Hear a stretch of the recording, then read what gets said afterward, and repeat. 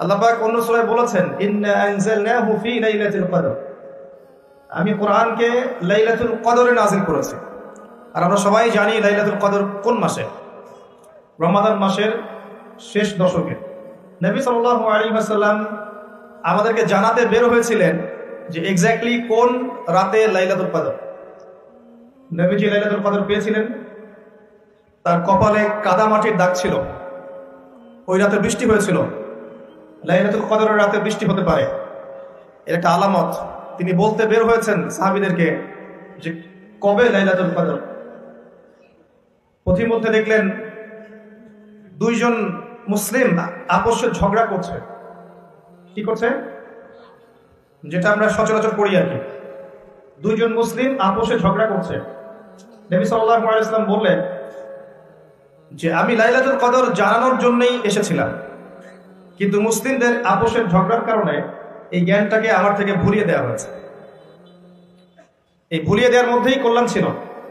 নবী সাল্লাল্লাহু আলাইহি ওয়াসাল্লাম বললেন, তোমরা লাইলাতুল কদর রমাদানের শেষ দশকে তালাশ করবে, শেষ দশকের বিজোড় রাতে তালাশ করবে, অর্থাৎ 21, 25, 23, 27 এবং 29 এই 5টা রাতে তোমরা লাইলাতুল কদর তালাশ করবে। ইনশাআল্লাহ এর মধ্যে একটা রাত লাইলাতুল কদর হবে। এই রাত যে পেয়ে যাবে, 1000 মাস ইবাদত করলে যে নেকি হয়, এই এক রাত ইবাদত করলে সেই নেকি হবে ইনশাআল্লাহ। লাইলাতুল কদরি খায়রুম মিন আলফি শাহর। এবং এই রাতে কি হয়? তানাজ্জালুল মালায়েকাতু ওয়ার রূহু ফিহা বিইذনি রাব্বিহিম মিন কুল্লি আমর। এই রাতে ফেরেশতা মণ্ডলী আসমান থেকে নেমে আসেন পৃথিবীতে, এবং তাদের সর্দার হচ্ছেন জিবরাইল আলাইহিস সালাম। কি নিয়ে নেমে আসেন? প্রত্যেকটা বিষয়ের ফয়সালা নিয়ে। অর্থাৎ এই এক বছর কি হবে আপনার সাথে, এটা লাইলাতুল কদরের মধ্যে ফিক্স করা হয়। মানুষের তাকদীর 3 দফায় লেখা হয়। কয় দফায়? প্রথম দফা হচ্ছে আসমান এবং জমিন সৃষ্টি করার 50,000 বছর আগেই আমাদের তাকদীর লেখা হয়ে গেছে। আসমান জমিন সৃষ্টি করার 50,000 বছর আগেই আপনার আমার তাকদীর লেখা হয়ে গেছে। এরপর মায়ের গর্ভে যখন সন্তানের রূহটা আসে, 4 মাস 10 দিন বয়স বাচ্চা, তখন আল্লাহর পক্ষ থেকে একজন ফেরেশতা আসেন, রূহ নিয়ে আসেন। রূহটা কি? রূহ মানে কি? সায়েন্সকে জিজ্ঞাসা করেন রূহ মানে কি, বলতে পারবে?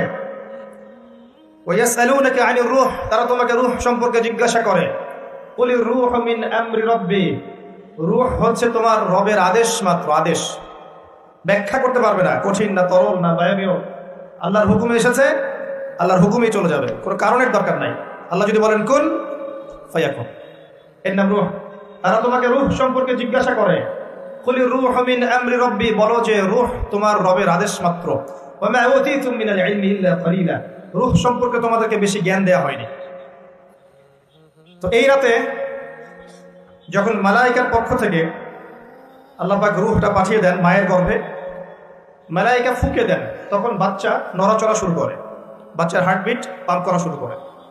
তখন ফেরেশতা লিখে দেন তার হায়াত, তার রিজিক, সে সৌভাগ্যবান না দুর্ভাগ্যবান, এবং তার পরিণতি কি হবে লিখে দেওয়া হয়। দ্বিতীয় দফায় তাকদীর লেখা হয়।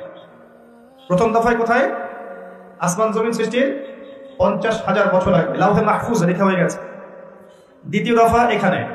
এরপর লাইলাতুল কদরে আগামী 1 বছর কোথায় কি হবে না হবে প্রত্যেকটা বিষয় ফয়সালা করা হয় লাইলাতুল কদরে, যেটা রমাদান মাসের শেষ দশকে, শেষ দশকের বিজোড় রাতে। অতএব শেষ দশকে আমরা বাজার ঘাটে বেশি ব্যস্ত হব না। রমাদান আসন্ন, আমি কয়েকটা লেকচারে এটা নিয়ে কথা বলেছি, তবে আপনাদেরকে স্মরণ করানোর জন্য আমি কয়েকটা কাজের কথা বলছি। রমাদান মাসের প্রথম কাজ হচ্ছে বিশুদ্ধভাবে সওম রাখা।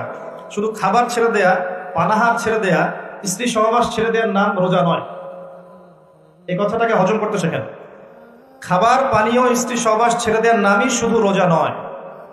যতক্ষণ পর্যন্ত একজন রোজাদার আল্লাহ পাকের সমস্ত নিষেধ ত্যাগ না করছে, রোজা হচ্ছে না।